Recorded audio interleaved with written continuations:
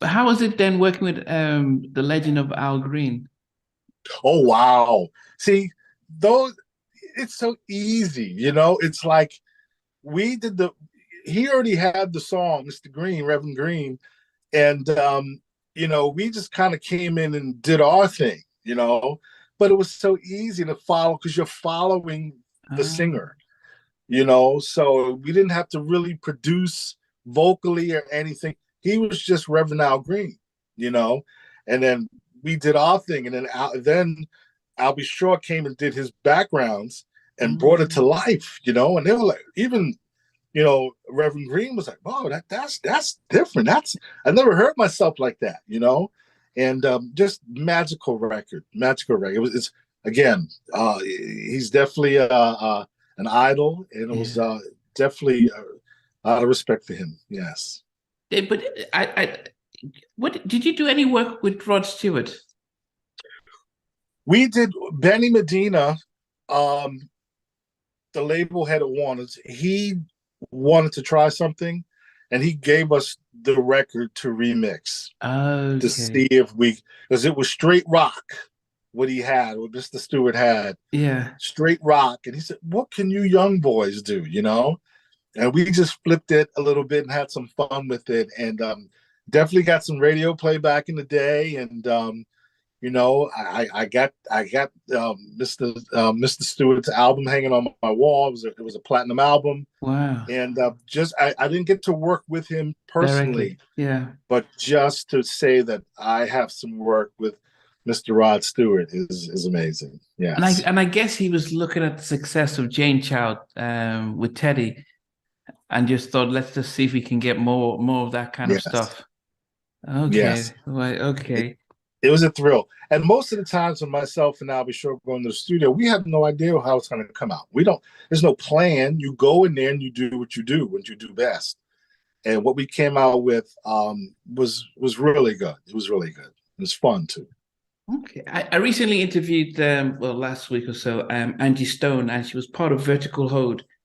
Yes, And you yes. did let me break it down. Was that a track that Huh? you did with them? Yes, you got some good notes there, my brother. Well, because I said Yes, because I mean, was it full on in the studio with them? yes, it was. They heard the track.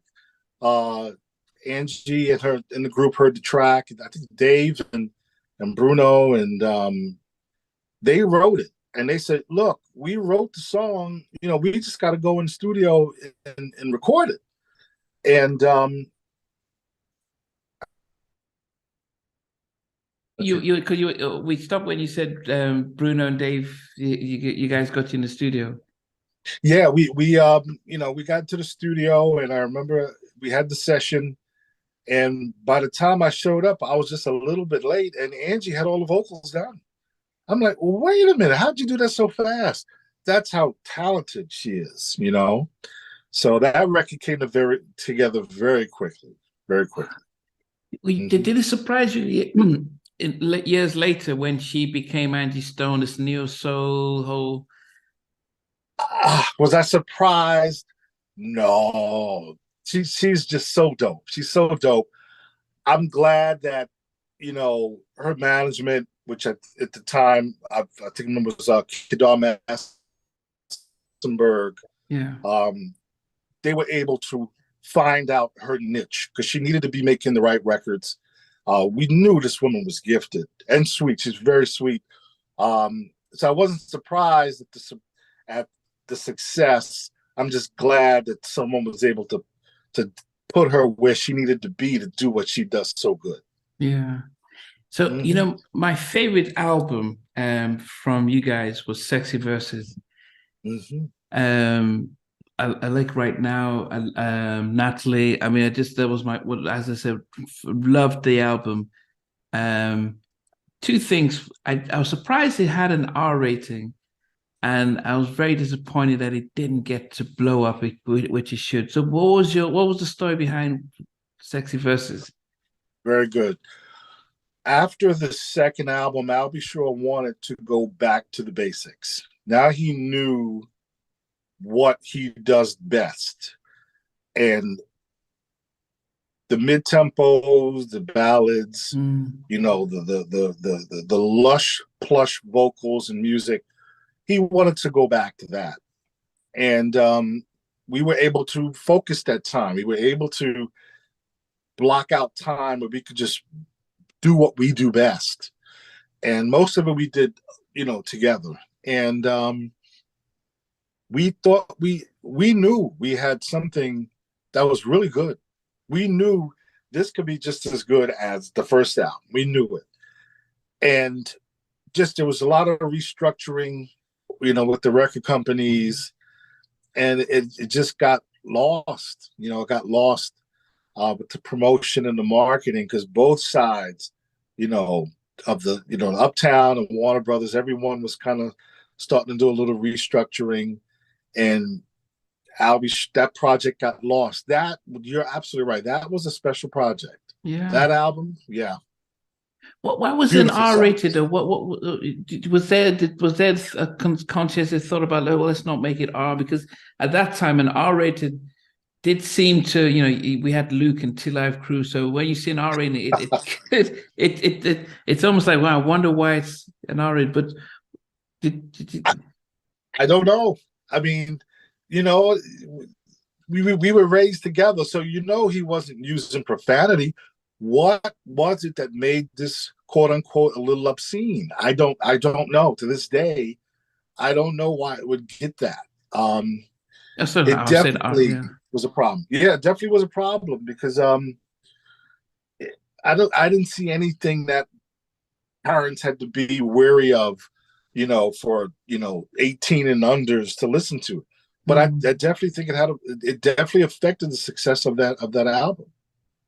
So at the time, that's around 92. So you had Uptown you know, they had Mary, Jodeci, you know, they had Father MC, Mary, Heavy was coming out. So they were just almost on an upward spiral. Who's responsible for promotion then? Is it Uptown, or is it left to Warner Brothers? It was both, but mostly it was Warner Brothers. They're the ones cutting the checks. They had most of that responsibility, and just they were going through some things at that time, and the focus wasn't there. With his billboards, he was supposed to have billboards, you know, across the country, and I remember in LA, and those things didn't happen, you know, because they were telling him this when we were making the album, and then once it came out, it was no one was there to do these things for him. And had Benny left, or was he still around?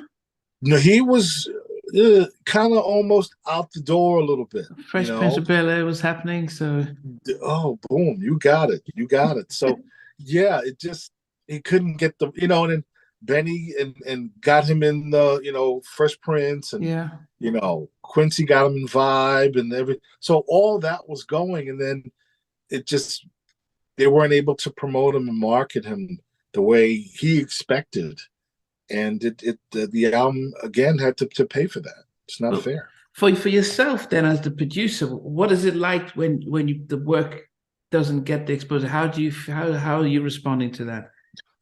Now, indeed, there's nothing I could do. You know, I got, you know, it's an industry, it's a business, it's a job. I got to go to the next project anyway. But yeah, you and this is my family, you know, my cousin, and you want his project and all work to do the best that it can, but you can't sit back and blame anyone, because they wouldn't care anyway. So you just got to do what you do and what you're in control of, you know. And I remember, you know, B.Sure would call, and management and everyone would call and say, what are you guys doing? You know, and they're 3,000 miles away, you know, on the West Coast, and they don't want to hear it. They're going to do what they want to do anyway, you know. And the artists, their work has to suffer. It was never fair, but it happens today. It happens every day, and it's still in this industry. At this time, how much did you realize what you get signed when you were 21?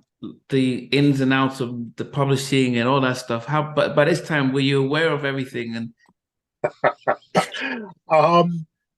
let me, no, because there was income coming from everywhere, so you didn't know where it wasn't coming from,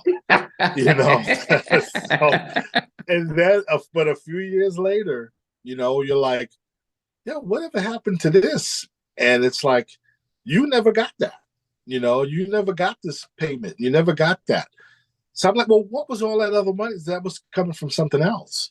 So you realize, which maybe 5, 6, 7 years into the game, Wow. that you signed something, that you signed away your rights to something, Wow. Didn't realize it until 7 years later. Hey guys, thanks for watching. Thanks for being part of the Halftime Chat community. Please remember to like, share, and subscribe. But most importantly, why don't you consider being a member? That's a way of supporting the channel, but also getting a lot of videos ahead of time, a lot of behind the scenes stuff, and some exclusive content that doesn't get shared. But anyway, thanks for watching, and thanks for being part of Halftime Chat. Sweet.